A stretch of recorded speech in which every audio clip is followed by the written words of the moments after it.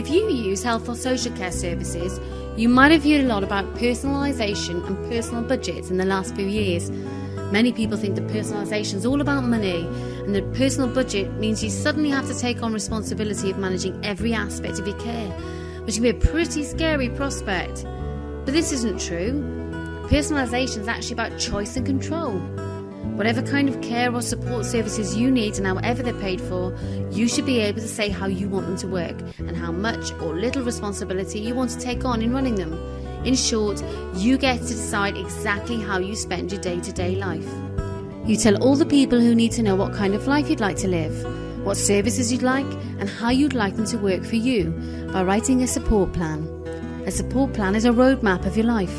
It shows you where you are now, where you want to go, and plots a path so that you can get from A to B, making sure that all the help and support you need to get to your destination are in place.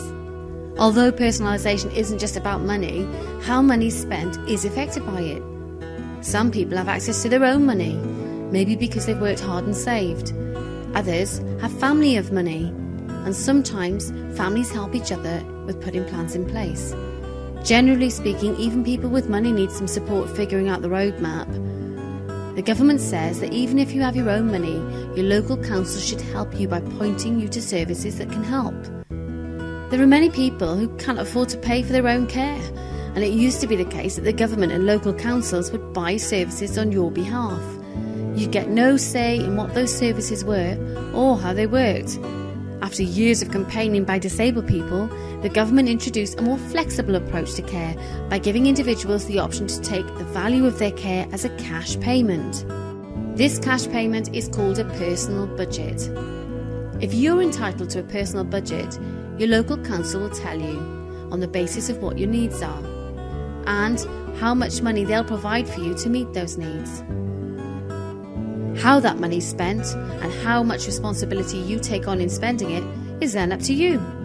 If you don't want to manage the money by yourself, you can ask the council to help you find organisations that will help you. This is Tom. He decided he didn't want to take the money himself and instead asked the council to pay the money directly to the people who provide his service.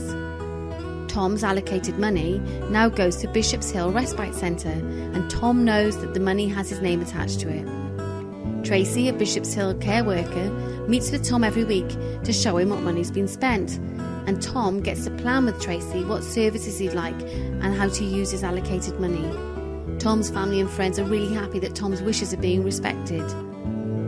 This is Claire. She decided she wanted to take the money and manage it herself.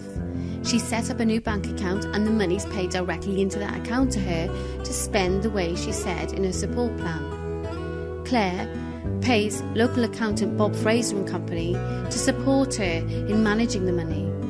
With the money she has, she pays for a support assistant, Kathy. She helps Claire every day, and she goes swimming once a week and down the local pub to sing her heart out at karaoke night. So you could say personalisation is really a big word that basically means you choosing how to live your life and how to meet your needs. It's like being given a big box of chocolates. Some of us like the ones with nuts and want to chuck out the ones with liquor. Whatever option you choose, just remember, you can change your mind whenever you like.